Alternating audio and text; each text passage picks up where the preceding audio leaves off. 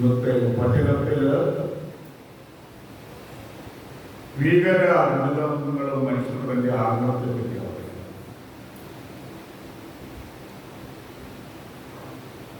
ഭീകര ദുരന്തങ്ങൾ ഈ മനുഷ്യ ജീവിതത്തിന്റെ ഭാഗമായിട്ട് ദുരന്തങ്ങൾ മനുഷ്യത്തിലേക്ക് വരാം. മത്തായിയുടെ സുവിശേഷം 24, 29, 36 വചനങ്ങളില് ഇങ്ങനെയുള്ള ദുരിതങ്ങളെ പറ്റി, പീഡനങ്ങളെ പറ്റിയാണ് പറയുന്നത്. മനുഷ്യപുത്രന്റെ ആഗമനം അവൻ വീണ്ടും വരുന്നു.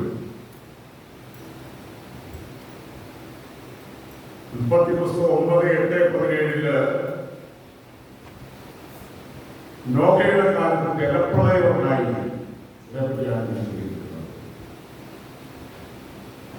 പക്ഷെ നോഹ എന്ന് പറയുന്ന ഒരു ഫിലിം താരകയുണ്ട്. അമേരിക്കയില് ഒരു ഗ്രാമത്തിലാണ് ഒരു സ്ഥിരം നാടകവേദിയ. ആ നാടകവേദിയുടെ പ്രത്യേകത അവിടെ ബിബ്ലിക്കലായിട്ടുള്ള ഏതെങ്കിലും നാടകമാണ് അവതരിപ്പിക്കുക. കുറെ കാലത്തേക്കുണ്ടാകും. അത് കഴിഞ്ഞ് കുറെ കാലത്തേക്ക് വേറൊരു നാടകമാണ്. അപ്പോൾ ഈ നാടകത്തില് ഒരു സ്ഥിരം വലിയ സ്റ്റേജാണ്. അവിടെ സൗകര്യങ്ങളും ഇതെല്ലാം നമുക്ക് കാണാൻ പറ്റുകയും പ്രത്യേകത്തിലേക്ക് മൃഗങ്ങളൊക്കെ കയറ്റുന്നുണ്ട് എന്നതായിട്ട് കാണാം. അപ്പോൾ നവീന സാങ്കേതിക വിദ്യകൾ പ്രയോജനപ്പെടുത്തിക്കൊണ്ട് മനോഹരമായിട്ട് ഈ നാടകം ചിത്രീകരിച്ചിരിക്കുകയാണ്. നോഹ എന്ന് പറയുന്ന ഈ നാടകം ജലപ്രളയമാണ് അതിന്റെ ആവിഷ്കാര വിഷയം. ഉൽപ്പത്തി പുസ്തകത്തിൽ പറയുകയാണ്, ഇനി ഒരിക്കലും വെള്ളപ്പൊക്കം കൊണ്ട് ജീവജാലങ്ങളെ നശിക്കാൻ ഇടവരുത്തുകയില്ല. വെള്ളപ്പൊക്കം കൊണ്ട് ഇനി ഒരിക്കലും ഇങ്ങനെ സർവനാശം സംഭവിക്കുകയില്ലെന്നാണ്. ഭൂമിയുമായുള്ള ഉടമ്പടിയുടെ അടയാളമായി മേഘന്റെ ബില്ല് ഞാൻ സ്ഥാപിക്കുന്നു. മഴവില്ല്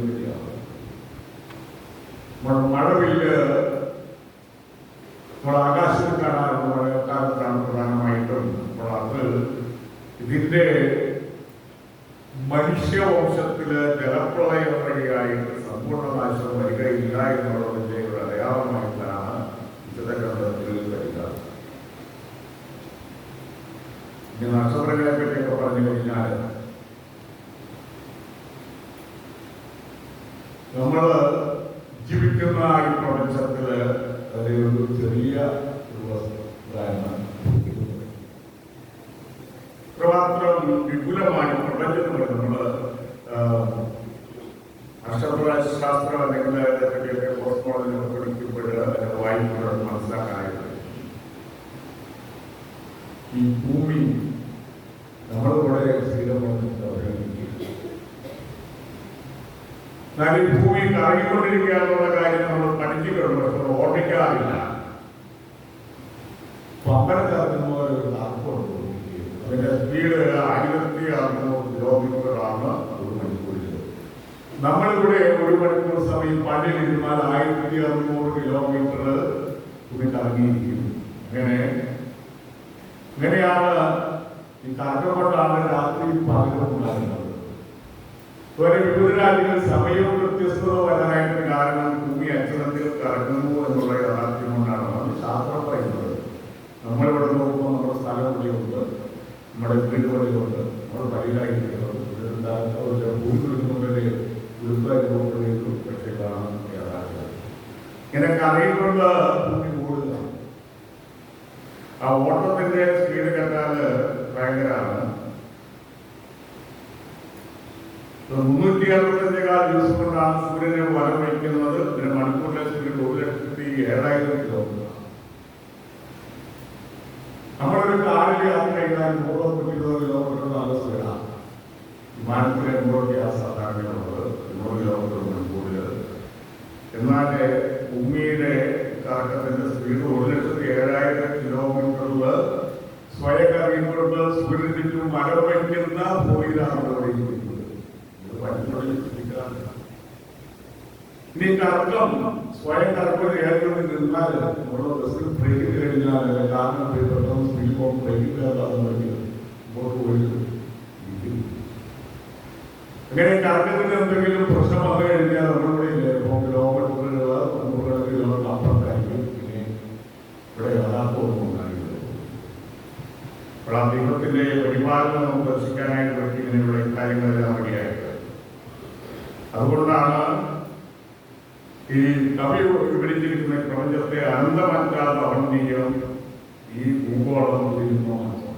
നമ്മൾ ഈ ഭൂഗോളത്തിന്റെ അറ്റത്തിരിക്കുന്ന നമ്മുടെ ദുരന്തങ്ങൾ ചോദിക്കുന്നത് ഏതായാലും ദൈവത്തിന്റെ വലിയ പരിപാലനയാണ് നമ്മുടെ ജീവിതം കൊണ്ടുപോകുന്നത്.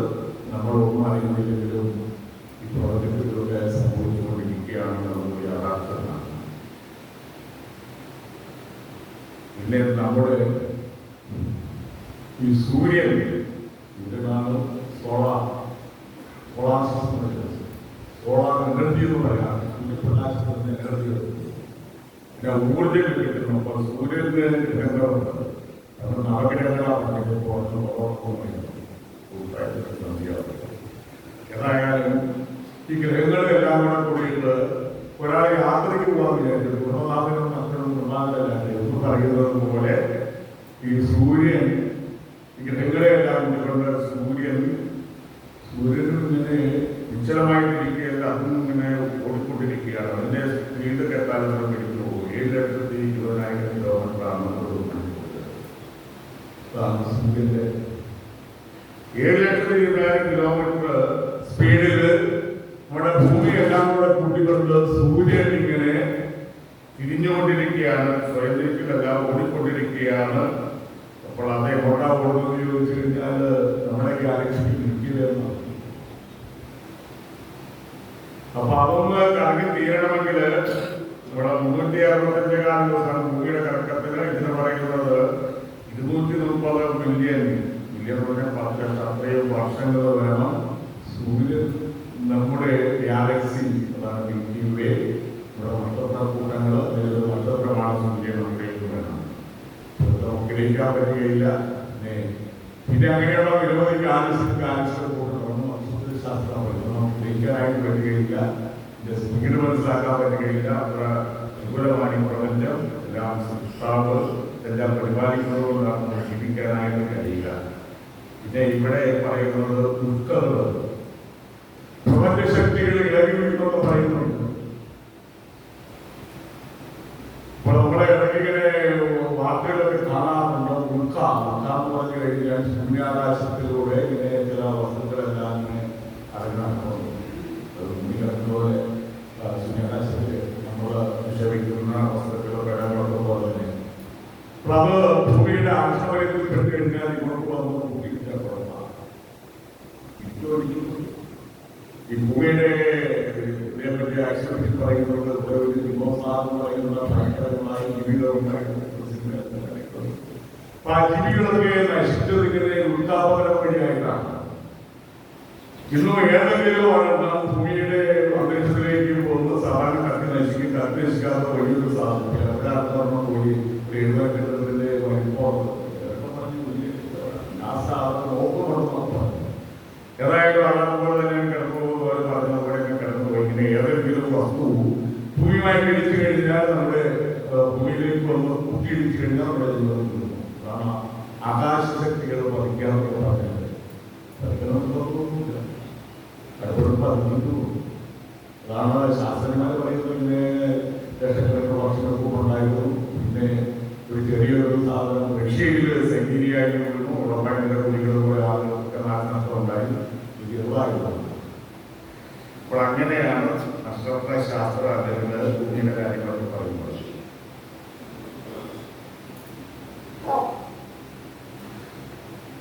അപ്പോൾ ഇനി ഭീകര ദുരിതങ്ങളും ഐശ്വര്യതയാണ്. സൂര്യൻ ഇരുണ്ടു പോകും, ചന്ദ്രൻ പ്രകാശം വരികയില്ല, നക്ഷത്ര ആകാശത്തിൽ നിബന്ധിക്കും. അപ്പോൾ ആകാശത്തിൽ ഐശ്വര്യത്തിന്റെ അടയാളം 24:29 പറയുകയാണ്.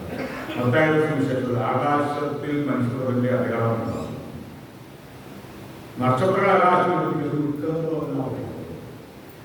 ഇനി നമ്മൾ പേടിക്കേണ്ട കാര്യമില്ല. ഉടനെ വീടും പേടിക്കൊന്നും വേണ്ട. ഇതെപ്പോഴാണെന്ന് അറിയിച്ചിട്ടുള്ളത് നിങ്ങളുടെ കർത്താവ് ഏത് ദിവസം വരുമ്പോൾ അറിയാത്തതുകൊണ്ട് നിങ്ങൾ ജാഗ്രതരായിരിക്കണം. ആ ദിവസം മനസ്സിലാവും നമുക്കറിയാം. എപ്പോഴാണ് പതിക്കുന്നത് എപ്പോഴാണ് നശിക്കുന്നതെന്ന് നമുക്ക് പറയാൻ പറ്റില്ല. ഒന്നും വീട് പേടിക്കേണ്ട.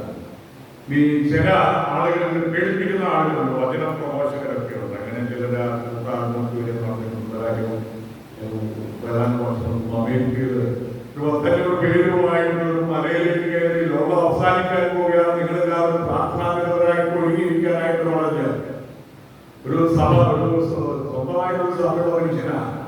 അയാളുടെ അധികാരികളോടെ ഇവരെല്ലാവരും അവിടെ കയറി ഇങ്ങനെ പ്രാർത്ഥിച്ച് കർത്താവിന് 2ാമത്തെ വരവിനായിട്ട് ഇങ്ങനെ നോക്കി പാർത്തവന് ഇരുന്നു. സമയമായിട്ടും വന്നില്ല.